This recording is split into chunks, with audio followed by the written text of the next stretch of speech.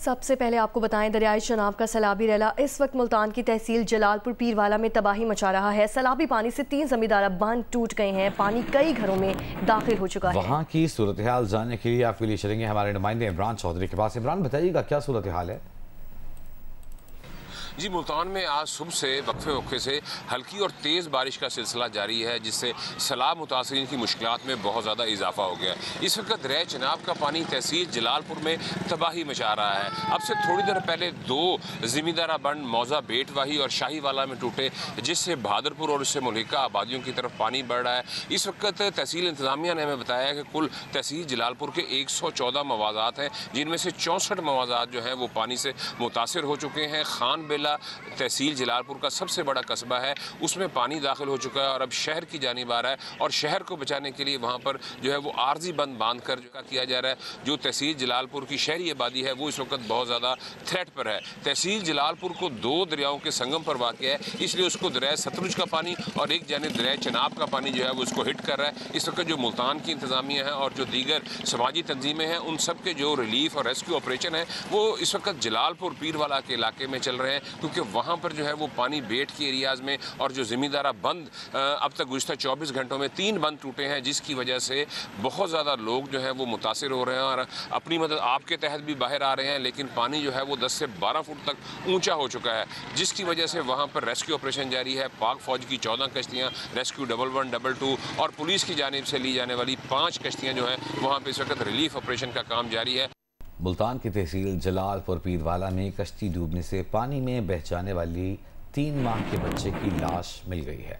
हादसे में जाँ बहक अफराद की तादाद 5 हो गई। रेस्क्यू के मुताबिक गुज़श्ता रोज़ डूबने वाली कश्ती में 30 सैलाब मुतासरीन सवार थे। डूबने वालों में से 1 खातून और 3 बच्चियों की लाशें रात को निकाल ली गई थीं, जबकि बाकी 25 अफराद को बचा लिया गया था। रेस्क्यू ज़राए के मुताबिक डूबने वाली खातून और बच्चों को लाइफ जैकेट्स नहीं पहनाई गई थी। रेस्क्यू 1122 के पास जिला भर में बच्चों को सिर्फ 24 लाइफ जैकेट्स मौजूद थीं। रेस्क्यू ज़राए का कहना है कि कश्ती पर गुंजाइश से ज़ायद अफराद सवार हो गए थे, उसी सबब कश्ती उलटने का वाक़या पेश आया।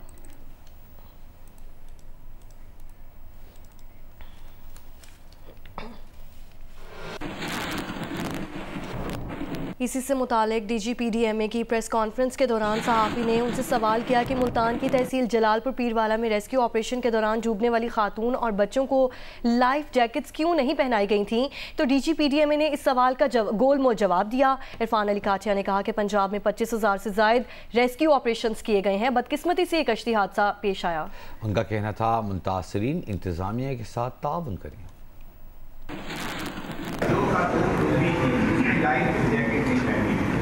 और पूरे मुल्तान की अगर बात करें तो रेस्क्यू 112 के बाद जो भी लाइफ जैकेट्स हैं हमारे तो आप भी समझते हैं कि ये जो मौत वाक़ई हुई है इसमें वसाइल की कमी बड़ी वजह है या टीमें वक्त? अच्छा, ये देखें कि इस वक्त मैंने जैसे पहले गुजारिश की कि रेस्क्यू का ऑपरेशन अगर टोटल इसकी स्टैटिस्टिक्स पे नज़र दौड़ाई जाए तो तकरीबन 25,111 के करीब टोटल रेस्क्यू ट्रिप्स हैं, जिसमें रेस्क्यूअर्स गए और उन्होंने लोगों को निकाला। और 25,111 में अगर ये एक हादसा हुआ है तो इसमें हमें इस चीज़ को ज़रूर मद्देनज़र रखना होगा कि किस तरीके से दुश्वार ये रेस्क्यू ऑपरेशन था जिसको रेस्क्यू के अदारों ने अंजाम दिया। और दरिया चनाब का सैलाब मुजफ्फरगढ़ के नवाही इलाकों, खानगढ़, रोहिला वाली और शहर सुल्तान में भी नुकसान पहुंचा रहा है। इस बारे में मजीद जानेंगे हमारे नुमाइंदे मोहम्मद अदनान मुश्तबा से।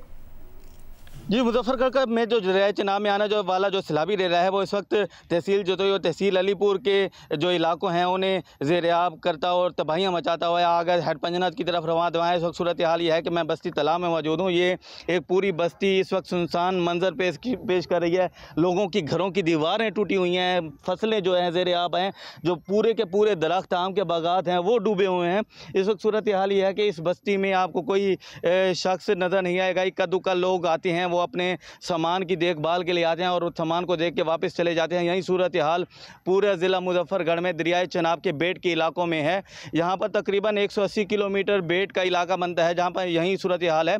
अब दरियाई इलाकों में पानी की सतह अभी भी तकरीबन 10 से 12 फुट जमा है, लेकिन अब लोगों को नए खदशात जन्म ले रहे हैं, क्योंकि नया एक जो हेड तरीमू से रेला आ रहा है, उसकी वजह से लोगों को डर है कि ये जो पानी की सतह है वो मज़ीद बुलंद होगी और उन्हें मज़ीद नुकसान का सामना करना पड़ेगा। जी, यहाँ पूरी बस्ती डूबी हुई है। यहाँ तो कोई भी मकसद है, कोई लेने देने वाला, कोई इमदाद वाला कोई भी नहीं आ रहा। यहाँ सुन रहे हैं कि वीडियो भी देख रहे हैं कि पीछे पानी और आ रहा है। यहाँ सारे मकान भी गिरे हुए हैं। कोई मकसद है, हमारी हुकूमत से ये अपील है कि हमारे इलाके की तवज्जो दी जाए। कितनी बस्ती डूबी हुई है? तकरीबन 200-250 घर है। Chairman Punjab board of investment and trade Muntaha Ashraf का कहना है कि पाक चीन business to business investment conference में मुतादिद मुआहिदों पर दस्तखत हुए हैं।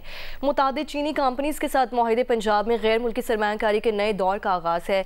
मुआहिदे टेक्नोलॉजी, हेल्थ केयर और दीगर शोबों में सरमायाकारी की नई राहें खोलेंगे। लाहौर से जारी बयान में चेयरमैन PBIT मुंतहा अशरफ ने कहा कि बीजिंग कॉन्फ्रेंस पाक चीन इक़्तिसादी ताउन में नुमाया संग मील साबित हुई है। बीजिंग में तय पाने वाले मुआहिदे पंजाब के तरक्याती एजेंडे की अक्कासी करते हैं। उन्होंने पंजाब के विजन को आलमी फोरम पर उजागर किया और सरमायाकारों को पंजाब की तरजीहात से आगाह किया। मुंतहा अशरफ का मजीद कहना था कि गैर मुल्की सरमायाकारों ने पंजाब के विजन पर एतमाद का इजहार किया है। मुआहिदे सूबे में रोजगार और तरक्की के नए मौके पैदा करेंगे।